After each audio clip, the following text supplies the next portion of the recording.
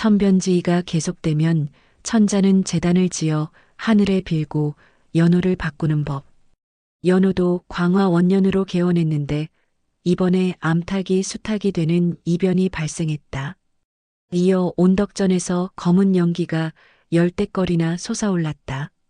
대궐 안에 무지개가 서는가 하면 본쪽 오원의 산들이 무너졌다. 시작하기 전 구독, 좋아요, 알림 설정 꼭 눌러주세요. 감사합니다. 마침내 황제는 그 까닭을 신하에게 물었다. 천자의 하문에 그때의 대학자 채옹이 상서를 올렸다. 무지개가 대궐에 서고 암탉이 수탉이 되는 궤변은 모두 내시들이 정치에 간섭하는 탓입니다. 영제는 이 상소문을 읽고 한숨만 쉬었다.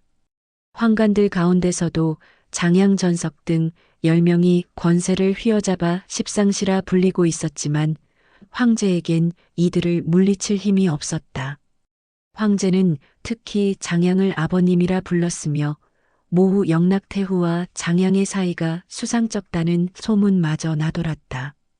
그 때문에 정치가 날로 어지러워지고 조정의 위험이 지방까지 미치지 못하여 여러 곳에 도둑들이 들끓고 있었다. 세상이 어지럽기 때문에 수상이 보시는 것도 당연합니다. 그러나 저는 오늘 강을 내려올 때 낙양배를 기다리고 있던 참입니다. 거듭 말하지만 수상한 자는 아닙니다. 관원들의 태도는 다시 누그러졌다. 이상하게도 이 젊은이에겐 남을 끄는 데가 있었다. 호감이 같다. 그래, 누구 친척이라도 기다리고 있는가? 아니요. 차를 구할까 해서 기다리고 있습니다. 차? 관원은 다시 눈을 둥그렇게 떴다.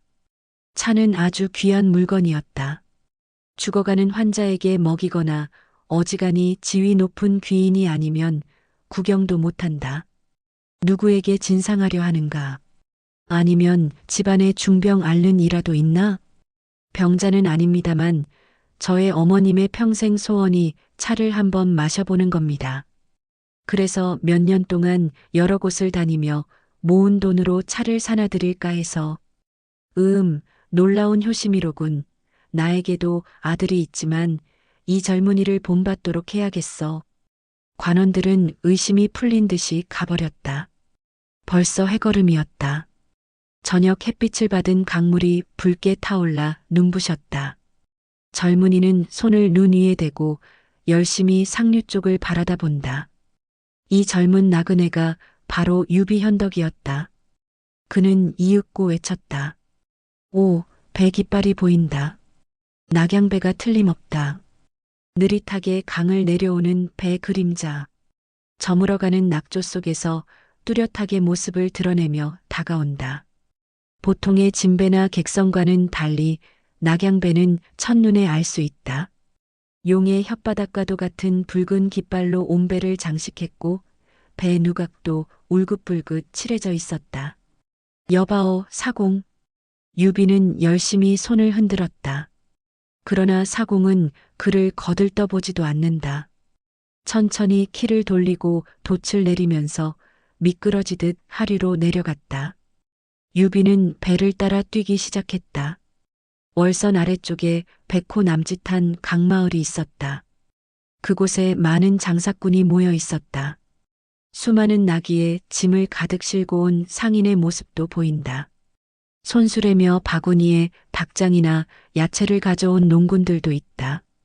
그 중한 사람들이 저마다 떠들어대고 있었다. 유비는 북적거리는 사람 사이를 헤쳐가며 바삐 움직였다. 자기가 구하려는 차가 중간 상인 손에 넘어가면 다시 두 갑절 세 갑절의 호된 값으로 뛰어오르기 때문이다. 유비는 마침내 낙양 상인으로 보이는 사나이를 찾아왔다. 차를 사고 싶습니다. 차라고? 그는 아래 위를 자세히 유비의 차림을 살폈다. 그리고 콧방울에 잔주름살을 잡으며 비웃듯 말했다. 난 당신과 같은 사람에게 팔 싸구려 차는 없소. 한 잎에 몇 냥 나가는 고급차라면 있지만. 좋습니다. 많이는 필요 없으니까. 당신 대체 차를 마셔보기나 하였소? 촌사람들이 무슨 잎사귀인지 다려먹고는 있지만 그것은 차가 아니오. 압니다. 그 진짜 차를 사고 싶습니다. 유비는 어디까지나 공손했다.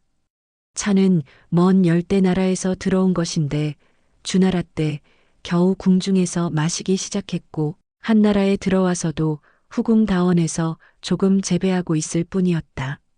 낙양 상인은 유비가 하도 열심인지라 겨우 되물었다. 그렇다면 몇 입 나눠주겠지만 돈은 가지고 있소? 가지고 있습니다. 유비는 품 안에서 가죽 주머니를 꺼내어 장사꾼의 두 손 바닥에 아낌없이 쏟았다. 은과 사금을 합해서 꽤나 묵직했다.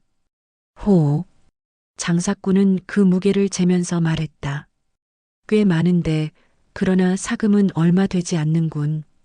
대관절 차는 무엇에 쓰려 하오? 장사꾼도 관원들과 똑같은 질문을 던졌다. 어머님이 기뻐하는 얼굴을 보고 싶어서지요. 젊은인 뭐라는 사람이요? 돗자리 장수입니다. 그럼 이만한 은을 모으는데도 오래 걸렸을 테지? 꼬박 2해 걸렸습니다. 그 말을 듣고 보니 거절하지 못하겠는데. 하지만 이 은만으로는 도저히 값이 안 되겠소. 뭔가 다른 것은 없소? 유비는 잠깐 생각하더니 검의 장식끈에 꿰인 옥도를 뽑아내 밀었다. 이것을 곁들이겠소이다. 좋소. 당신의 효성을 보아 차를 몇 입 드리겠소. 낙양 상인은 선실에서 작은 주석 향아리를 하나 가지고 나오더니 유비에게 건네주었다. 날은 이미 어두워져 있었다. 서녁 쪽 하늘에 고양이 눈처럼 큰 별이 깜빡이고 있었다. 그 별을 자세히 보면 불그스름한 별무리가 끼어 있음을 알 수 있다. 요사스런 별일세. 꼭 핏물에 젖어 있는 것 같지 않나? 장차 무슨 변이 일어나려는지 낙양 백사공의 말로는 도성 여자가 머리둘에 팔이 내신 아이를 낳았다네. 유비는 그런 말은 귀에 들어오지 않았다. 이곳으로부터 고향 탁현 누상촌까지는 천리길이 넘는다. 그의 마음은 벌써 고향에 달려가고 있었다. 그날 밤은 강마을 주막집에 들렀다. 한밤중 무렵 주막집 주인이 허둥지둥 그를 깨웠다. 손님, 손님. 눈을 떠보니 문밖이 벌겋게 밝았다. 확 숨이 막히는 열기 속에 타닥 불꽃 튀는 소리마저 들렸다. 아니, 불이 났습니까? 도둑 무리가 습격 온 거요.